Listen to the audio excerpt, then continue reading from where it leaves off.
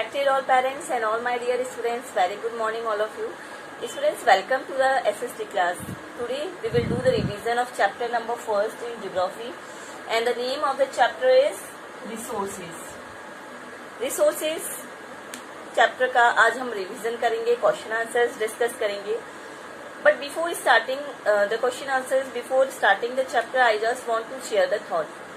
And the thought of the day is, every morning has two choices with it. Every morning has two choices with it. Either you just continue to sleep with your dreams, or you just wake up and try to fulfill them. हर सुबह हमारे लिए दो choice लाती है. या तो आप अपने सपनों के साथ सोए रहिए, या खड़े होइए और अपने सपनों को पूरा करने में लग जाइए. तो बच्चों, हमें केवल सपने देखने से ही काम नहीं होता, केवल सपने देखने से ही हमारे सपने फुलफिल नहीं हो जाते. अगर आपने लाइफ में कुछ करने का सोचा है, अगर आपने कुछ डिटरमाइन किया है कि हमें कुछ अचीव करना है, हमें कुछ पाना है, तो बेटा केवल सोचते रहने से ही वो काम कंप्लीट नहीं होता है. उसके लिए हमें कोशिश करनी होती है. सपनों में ही खोए रहेंगे तो वो सपना ही बन के रह जाएगा. लेकिन अगर आपको सपने को सच करना है तो आपको कोशिश करनी होगी. कोशिश करते रहने से हमारे जो भी ड्रीम्स हैं वो फुलफिल होते हैं. हमारा जो भी सक्सेस है वो जरूर अचीव होता है. तो बेटा इसीलिए केवल सपने देख के ही नहीं रहना चाहिए, केवल किसी भी काम के बारे में सोच के ही नहीं बैठना चाहिए, बल्कि अगर उस काम को सक्सेसफुली कंप्लीट करना है तो उठो और कोशिश करो. कोशिश करते रहने से हमें सक्सेस जरूर मिलेगी. हो सकता है हमें एक दो बार ना मिले, हो सकता है हमें एक दो बार निराशा भी मिले. तो बेटा एक दो बार फेलर मिलने से ही, एक दो बार सक्सेस ना मिलने से ये नहीं है कि हमें सक्सेस मिलेगी ही नहीं, बस हमें उस समय नहीं मिल रही है. इसका मतलब है थोड़ा सा और इम्प्रूवमेंट करो, थोड़ी सी और कोशिश करो और आपको सक्सेस जरूर मिलेगी. और स्टूडेंट्स, मेरी यही होप है, मेरी यही आशा है कि आप लोग हार्डवर्क करते रहेंगे और अपने जो भी ड्रीम्स हैं उसे फुलफिल करें, अपने सभी सक्सेस को अचीव करें. So all the students, now let's come to the topic. देखिए, इस चैप्टर में हम रिसोर्सेज के बारे में पढ़ेंगे. रिसोर्सेज क्या होता है बेटा? रिसोर्सेज होता है वो सभी सब्सटेंस जो हमारी नीड्स को फुलफिल करते हैं. सभी सब्सटेंस जो हमारी नीड्स को फुलफिल करते हैं. देखिए, जिनकी हमें जरूरत होती है, सारे सब्सटेंस, ऐसे सब्सटेंस जिनकी हमें जरूरत होती है, जिनकी हमें नीड होती है, तो वो कहलाता है resources. A resource is a source or supply from which a benefit is produced. यानी देखिए, रिसोर्स क्या होता है? एक ऐसा सोर्स या सप्लाई है जिसके द्वारा लाभ होता है, जिसके द्वारा हमें लाभ मिलता है. And that is some utility, और जिसकी कुछ यूटिलिटी होती है. तो देखो बच्चों, यूटिलिटी क्या होती है? हमारी नीड्स का सेटिस्फाई हो जाना. जब हमारी कोई भी जरूरत होती है और वो जरूरत पूरी हो जाती है तो उस प्रोसेस को यूटिलिटी कहा जाता है. मान लीजिए मुझे प्यास लग रही है, तो प्यास मुझे लग रही है, अब मुझे जरूरत है पानी की, तो मैंने पानी पिया, तो पानी ने मेरी जरूरत को पूरा कर दिया. तो पानी क्या है? वाटर क्या है? एक यूटिलिटी है. तो स्टूडेंट्स, जब आपकी कोई भी नीड सेटिस्फाई हो जाती है तो उस प्रोसेस को कहा जाता है यूटिलिटी. देखिए, अब हम पढ़ेंगे टाइप्स ऑफ रिसोर्सेज कि भाई रिसोर्सेज के कितने टाइप्स होते हैं. देखो, resources are of 3 types: natural resources, human made resources और ह्यूमन रिसोर्सेज. नेचुरल रिसोर्सेज किसे कहते हैं? वो सभी रिसोर्सेज जो हमें नेचुरली मिलते हैं, जो हमें नेचर से मिलते हैं, प्रकृति में मिलते हैं, जिसमें ह्यूमन द्वारा कोई भी मॉडिफाई नहीं किया जाता. जैसे कि हवा, पानी, लैंड. तो ये सारी जो भी रिसोर्सेज हैं ये हमें नेचुरली मिले हैं, तो इन्हें नेचुरल रिसोर्सेज कहा जाता है. ह्यूमन मेड रिसोर्सेज क्या होते हैं? जिसे इंसानों ने बनाया है, जिसे ह्यूमन द्वारा बनाया गया है. जैसे बेड, बिल्डिंग. ठीक है, बेड, बिल्डिंग हो गया, या मान लीजिए मैंने बोला कि टेबल है, फैन है. तो ये सारे जो भी रिसोर्सेज हैं ये क्या है? ये ह्यूमन मेड रिसोर्सेज हैं. और अगर मैं ह्यूमन की बात करूँ, ह्यूमन रिसोर्सेज, तो ह्यूमन रिसोर्सेज में ह्यूमन एक्टिविटीज हैं, ह्यूमन के बीच में जो भी कनेक्शन होता है, तो ह्यूमन खुद, पीपल जो हैं, जो भी कॉमन पीपल हैं, जो भी ह्यूमन बींग्स हैं, वो सभी ह्यूमन रिसोर्सेज में इंक्लूड होते हैं. इसके अंतर्गत ह्यूमन द्वारा की गई एक्टिविटीज इंक्लूड होती है, ह्यूमंस खुद इंक्लूड होते हैं. तो इस तरह से हमने क्या देखा? रिसोर्सेज क्या होते हैं? रिसोर्सेज वो सभी सब्सटेंस होते हैं जिनकी हमें जरूरत होती है, और जब वो हमारी जरूरतों को पूरा करते हैं तो वो जो प्रोसेस है वो क्या कहलाता है? यूटिलिटी. तो देखिए, रिसोर्सेज 3 टाइप्स के होते हैं: natural resources, human made resources, human resources. Natural resources वो होते हैं जो कि हमें नेचुरली मिलते हैं, ह्यूमन मेड रिसोर्सेज वो होते हैं जिसे ह्यूमन ने बनाया है, जैसे टेबल, फैन। और ह्यूमन रिसोर्सेज वो होते हैं जो जिसमें खुद ह्यूमन बीइंग्स होते हैं, ह्यूमन बीइंग्स की एक्टिविटीज होती है। तो ह्यूमन बीइंग्स और उनकी एक्टिविटीज को ह्यूमन रिसोर्सेज में इंक्लूड किया जाता है। तो बच्चों देखिए, अब अगर हम नेचुरल रिसोर्सेज की बात करें तो नेचुरल रिसोर्सेज भी 2 टाइप्स के होते हैं, बायोटिक और अबायोटिक। बायोटिक वो नेचुरल रिसोर्सेज होते हैं जो लिविंग बीइंग्स होते हैं, जिनमें जान होती है, जैसे plants and animals. Natural resources भी 2 पार्ट्स में डिवाइडेड होते हैं, एक तो बायोटिक और अबायोटिक। बायोटिक रिसोर्सेज वो होते हैं जिनमें जान होती है, जो लिविंग बीइंग्स होते हैं, प्लांट्स एंड एनिमल्स। और अगर मैं अबायोटिक की बात करूं तो अबायोटिक रिसोर्सेज वो होते हैं, अबायोटिक नेचुरल रिसोर्सेज वो रिसोर्सेज होते हैं जिनमें जान नहीं होती, जो नॉन लिविंग होते हैं, जैसे कि लैंड, माउंटेन्स। तो ये सब क्या है, ये नॉन लिविंग में काउंट होते हैं।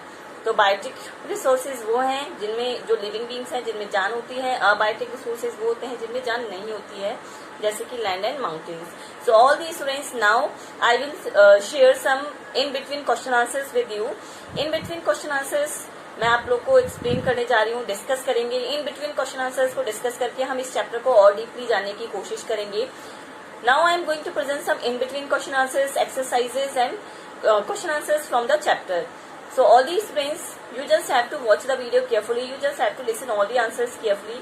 If you have any doubt, then you can ask me after this video. So all these friends, now we will do some exercises and in between question answers of chapter number 1, resources. सबसे पहले आइए जानते हैं fill in the blanks.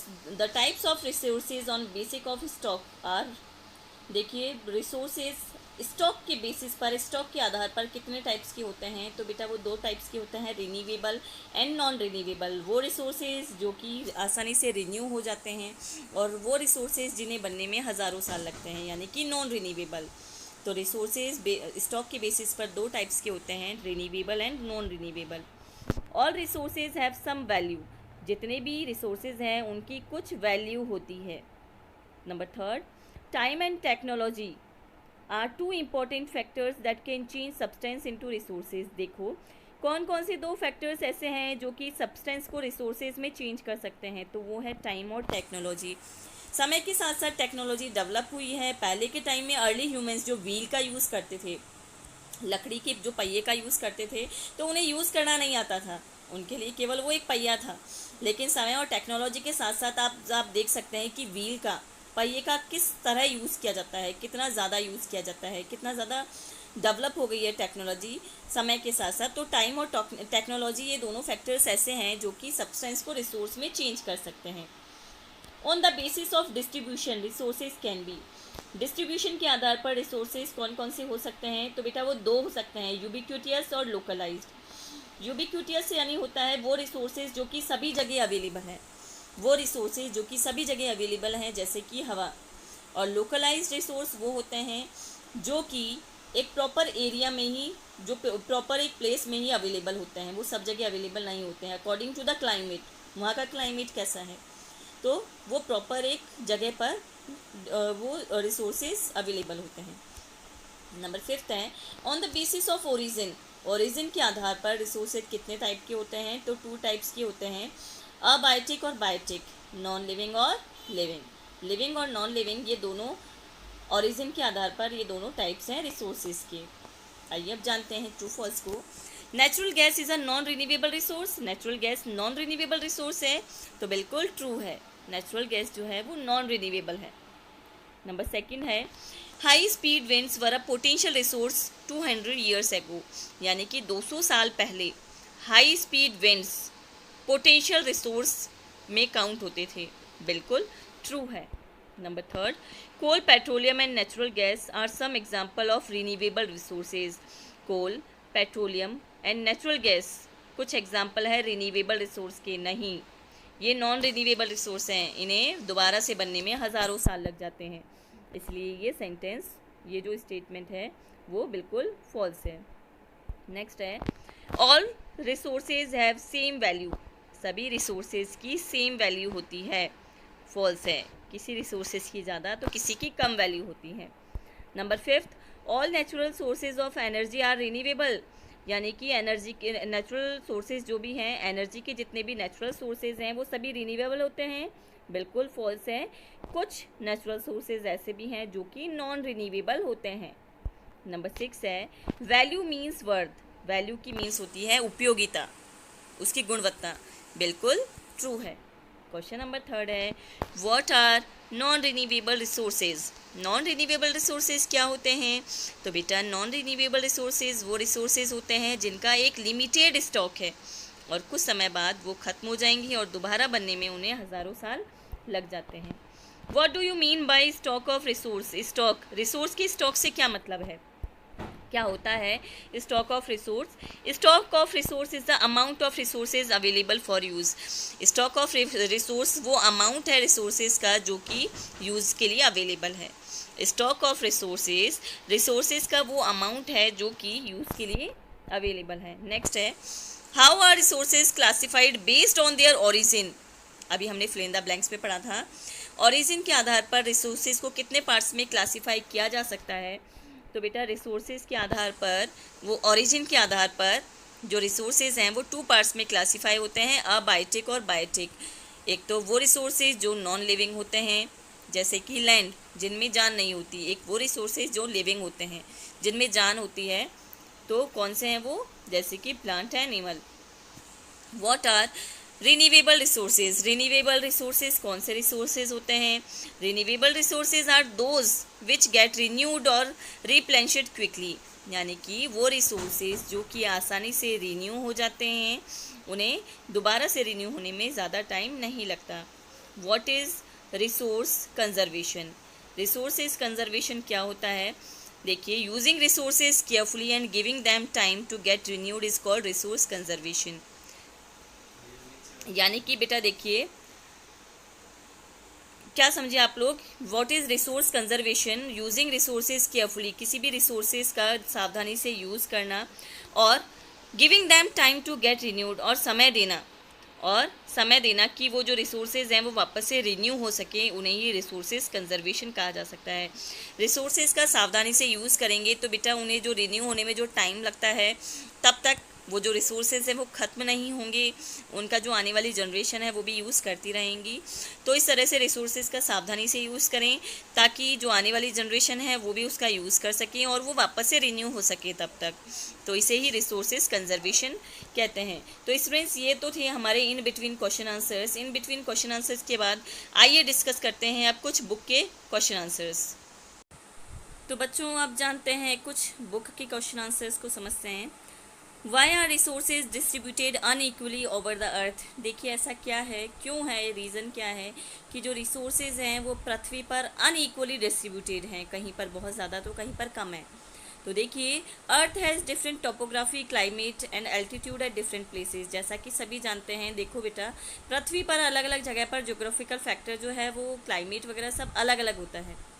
अलग अलग जगह जाएंगे तो वहाँ पर क्लाइमेट भी अलग अलग मिलेगा, वहाँ की भौगोलिक की जो भी विशेषताएँ हैं, जो भी वहाँ का जो भी क्लाइमेट है, जो वेदर है, सब अलग अलग होगा। Difference in these factors have resulted in unequal distribution of resources over the अर्थ। तो बेटा टोपोग्राफी, क्लाइमेट, अल्टीट्यूड, ये सारे डिफरेंस फैक्टर्स के कारण ही पृथ्वी पर रिसोर्सेज का जो डिस्ट्रीब्यूशन होता है वो भी अनइक्वल होता है। कहीं पर बहुत ज़्यादा होता है, कहीं पर बिल्कुल कम होता है, और कोई कोई जगह ऐसी होती है जहाँ पर बिल्कुल होता ही नहीं है। तो पृथ्वी पर अनइक्वली डिस्ट्रीब्यूशन, रिसोर्सेज की अनइक्वली डिस्ट्रीब्यूशन का कारण है different topography, climate, altitude. Next question पूछा जा रहा है what is resource conservation. What is resource conservation? Saving the resources for the future generation is called conservation. देखिए रिसोर्सेज को फ्यूचर जनरेशन के लिए, अभी बेटा हम लोगों ने ये क्वेश्चन इन बिटवीन में भी पढ़ा था, तो रिसोर्सेज को फ्यूचर जनरेशन के लिए सेव रखना ही कंजर्वेशन कहलाता है, रिसोर्सेज कंजर्वेशन कहलाता है। It is the protection and ethical use of valuable resources such as minerals, water, trees, wildlife and others. देखिए it is the protection and ethical use of valuable resources. हमें जो भी resources हैं उनका बिल्कुल carefully use करना चाहिए, हमें केयरफुली यूज़ करना चाहिए। जैसे मिनरल्स हैं, वाटर्स हैं, ट्रीज़ हैं। अब कई लोग क्या करते हैं, वाइल्ड लाइफ का शिकार करते हैं, जो जंगली जानवर वगैरह हैं जो पेड़ पौधे वगैरह हैं तो पेड़ पौधों को काटते जा रहे हैं, जंगली जानवरों का शिकार करते हैं, तो ये बिल्कुल गलत है, क्योंकि वाइल्ड लाइफ जो है वो भी रिसोर्सेज ही हैं, तो हमें इनको नुकसान नहीं पहुंचाना चाहिए, इनका केयरफुली यूज़ करना चाहिए और इन्हें फ्यूचर जनरेशन के लिए सेफ रखना चाहिए। नेक्स्ट है, why are human resources important. Human resources important क्यों हैं, क्या रीज़न है कि ह्यूमन रिसोर्सेज इम्पोर्टेंट है। तो देखो ह्यूमन रिसोर्सेज में क्या होता है, कौन होता है, मैंने आप लोग को बताया था। ह्यूमन रिसोर्सेज में ह्यूमंस खुद होते हैं, ह्यूमन बींग्स होते हैं। तो humans as a resources are important because they have the ability to extract value from all other resources. देखो ह्यूमन एक रिसोर्स के रूप में इसीलिए इम्पोर्टेंट है क्योंकि उनमें एबिलिटी होती है कि वो सभी रिसोर्सेज से वैल्यू को एक्सट्रैक्ट कर सके, उनका अच्छे से यूज़ कर सकें। They can make the best use of nature to create more resources. Humans में इतनी एबिलिटी होती है कि वो नेचर जो है प्रकृति का बेस्ट यूज़ करके ज़्यादा से ज़्यादा रिसोर्सेज क्रिएट कर सकते हैं, as they have the knowledge, skill and technology to do so. क्योंकि ह्यूमंस में नॉलेज होती है, स्किल होता है और टेक्नोलॉजी होती है कि वो रिसोर्सेज को अच्छे से बेस्ट यूज़ कर सकें, नेचर का बेस्ट यूज़ करके रिसोर्सेज क्रिएट करते हैं। तो बेटा वापस से बता रही हूँ मैं, ह्यूमन रिसोर्सेज क्यों इम्पोर्टेंट हैं। ह्यूमन रिसोर्सेज इसीलिए इम्पोर्टेंट है, ह्यूमन एक रिसोर्स के रूप में इसीलिए इम्पोर्टेंट है क्योंकि ह्यूमंस में इतनी एबिलिटी होती है कि वो सभी रिसोर्सेज से वैल्यू एक्सट्रैक्ट कर सकें, उनका अच्छे से यूज़ कर सकें। ह्यूमंस में इतनी एबिलिटी है कि वो नेचर का बेस्ट यूज़ करके रिसोर्सेज क्रिएट कर सकते हैं, उनमें नॉलेज होती है, स्किल होती है और टेक्नोलॉजी होती है। What is sustainable development. देखिए, balancing the need to use resources and also conserving them for the future is called sustainable development. यानी कि किसी भी रिसोर्सेज का जो यूज़ है वो बैलेंस रखना, उनको अच्छे से यूज़ करना, and also conserving them for the future, और उन्हें फ्यूचर के लिए कंजर्व रखना, उन्हें फ्यूचर के लिए सुरक्षित रखना ही सस्टेनेबल डेवलपमेंट है। ये वाला क्वेश्चन भी अभी हमने इन बिटवीन में किया था, तो बेटा आप इसका आंसर यहाँ तक भी लिख सकते हैं। क्या लिखेंगे आप, क्या बोलेंगे कि किसी भी रिसोर्सेज का जो यूज़ है, जो उनको अपनी मतलब आवश्यकता के अनुसार उसका यूज़ करना और उन्हें फ्यूचर के लिए कंजर्व करना ही सस्टेनेबल डेवलपमेंट कहलाता है। The future of our planet and its people is linked with our ability to maintain and preserve the life support system that nature provides. देखिए, हमारे प्लेनेट में, इस प्लेनेट पर जो फ्यूचर है लोगों का, is linked with our ability to maintain, यानी कि वो लिंक है, वो हमारी एबिलिटी से लिंक है कि हम किस तरह से जो भी रिसोर्सेज हैं उनको किस तरह से सुरक्षित रखते हैं, किस तरह से मेंटेन करते हैं और उन्हें फ्यूचर जो जनरेशन है उसके लिए सेव करते हैं। तो बेटा सस्टेनेबल डेवलपमेंट क्या है, balancing the need to use resources, किसी भी रिसोर्सेज का जो यूज़ है वो आवश्यकता के अनुसार करना और उन्हें फ्यूचर के लिए सेव करना ही सस्टेनेबल डेवलपमेंट कहलाता है। हमारे जो प्लेनेट पर, हमारा जो प्लेनेट है और जो लोग हैं वो एक लिंक में जुड़े हुए हैं, उनमें एक लिंक है, और वो लिंक किस चीज़ का है, ability to maintain and preserve the life support system, कि वो उनमें ये एबिलिटी है कि वो जो लाइफ सपोर्ट सिस्टम है उसे मेंटेन करें और सुरक्षित करें, दैट नेचर प्रोवाइड्स, जो कि उन्हें नेचर द्वारा प्रोवाइड की गई है। Take the correct answer. Which one of the following does not make substance a resource. देखिए, इनमें से कौन सा ऐसा ऑप्शन है जो कि does not make substance a resource, जो कि सब्सटेंस को रिसोर्स में चेंज नहीं करता। तो यूटिलिटी, वो भी सब्सटेंस यूटिलिटी है। यूटिलिटी मैंने आपको बताया था जो कि हमारी नीड्स को सेटिस्फाई करता है, तो यूटिलिटी भी सब्सटेंस को रिसोर्स में चेंज करता है। वैल्यू का भी यूज़ होता है। क्वांटिटी का यूज़ नहीं होता, क्वांटिटी मात्रा है, तो मात्रा वो सब्सटेंस को रिसोर्स में चेंज नहीं कर सकती, क्वांटिटी चेंज नहीं कर सकती, इसलिए क्या ऑप्शन होगा इसमें, कौन सा आंसर होगा, क्वांटिटी। देखिए, अब नेक्स्ट है,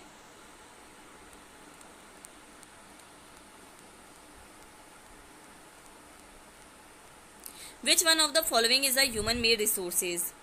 इनमें से कौन सा ह्यूमन मेड रिसोर्सेज है। मेडिसिन टू ट्रीट कैंसर, यही है, क्योंकि स्प्रिंग वाटर और फॉरेस्ट ये ह्यूमन मेड रिसोर्सेज नहीं है, इसे ह्यूमंस ने नहीं बनाया है, तो इसका आंसर क्या होगा, medicine to treat cancer. Next है, डिफ्रेंशिएट बिटवीन द फॉलोइंग, हमें डिफरेंस बताना है। पोटेंशियल एंड एक्चुअल रिसोर्सेज में। पोटेंशियल रिसोर्सेज क्या होते हैं, potential resources are those whose entire quantity may not be known and these are not being used at present. Potential resources वो होते हैं जिन रिसोर्सेज की हमें पूरी क्वांटिटी नहीं पता होती कि वो कितनी मात्रा तक अवेलेबल है, and these are not being use at present, और एट प्रेजेंट यानी प्रेजेंट में वो यूज़ भी नहीं किए जा रहे हैं, उनका ज़्यादा यूज़ भी नहीं हो रहा है और उनकी क्वांटिटी भी नहीं पता है, तो उन्हें कौन से रिसोर्सेज कहा जाता है? Potential resources. और actual resources are those resources whose quantity is known, जिसकी क्वांटिटी हमें पता है। These resources are being used in the present, और ये प्रेजेंट में भी यूज़ हो रहे हैं। तो पोटेंशियल रिसोर्सेज वो हैं जिनकी क्वांटिटी हमें नहीं पता है और प्रेजेंट में इसका यूज़ नहीं हो रहा है। एक्चुअल रिसोर्सेज वो रिसोर्सेज हैं जिनकी क्वांटिटी पता है और प्रेजेंट में भी इसका यूज़ किया जा रहा है। नेक्स्ट है ubiquitous resources and localized resources. देखिए, यूबिक्विटियस रिसोर्सेज कौन से रिसोर्सेज होते हैं? Natural resources that are found everywhere are called ubiquitous resources like air, यानी ऐसा नेचुरल रिसोर्स जो कि सभी जगह पाया जाता है, जो कि सभी जगह अवेलेबल है, जैसे कि एयर, तो वो यूबिक्विटियस रिसोर्स है। और localised resources, natural resources that found in a particular place are called localised resource like copper और आयरन ओर, यानी कि ऐसे रिसोर्सेज जो कि एक पर्टिकुलर प्लेस पर ही पाए जाते हैं उन्हें लोकलाइज्ड रिसोर्स कहा जाता है, जैसे कि कॉपर और आयरन ओर। तो स्टूडेंट्स, आई होप आपको जो भी क्वेश्चन आंसर्स मैंने समझाए आपको समझ में आया है। कोई भी डाउट आता है students, you can call me any time, so till then all students keep learning, stay home, stay safe, take care all, and thank you for watching this video.